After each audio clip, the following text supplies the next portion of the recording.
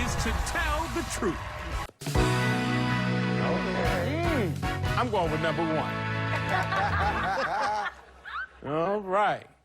Ladies, please introduce yourself. I was the first African-American rockette. I was the first African-American rockette. I was the first African-American rockette.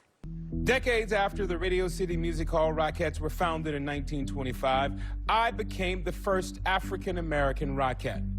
I answered an open casting call that specified ethnic minorities encouraged to attend.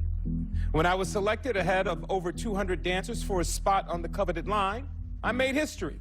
Talk about a dance revolution. One of these women was the first African-American rockette and is the only one who has been sworn to tell the truth. Ladies, please take a seat. Nikki, why don't you kick it off by starting the questions? All right. Number two. What was the first moment as the first African-American rockette where you were like, oh, they've never had a black person here before? When I first walked in the door. What is your leg maintenance in terms of how your legs look and what you do to have, like, the best legs you can have? Number two. Tap.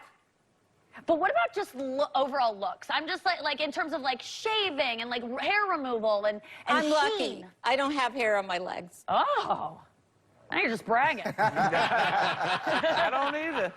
Is this the rockette uniform, or is this just a horrible coincidence? Absolutely not. We would never wear something like this. Oh, okay. You guys look like Sergeant Pepper. So, where did you all hear about the auditions for this? Like, who hit you up? Was it a friend that called you? How did you hear about this? Was this on Craigslist? Right. Was it on Craigslist that exists? Was it on Backstage. Yeah, but how did you hear? I mean, somebody had to tell you. Number two. Backstage. Mama. What year was this? What year was it for you, number two? 1982. Okay. Number two, what's the shelf life of a rockette? And if you break a leg, is it like you're a horse on a racetrack and they, you know, like, is your career over, or are they like, how long can you kick? It depends. You have to come back and audition every year. You don't automatically get your position. So when you stop being able to reach the requirements, that getting that leg up like that, if you can't do it, it's over. When was that for you? That was in 1989. Number one. How long were you a rockette? 10 years. Number two. 12 years. Number three. 15 years.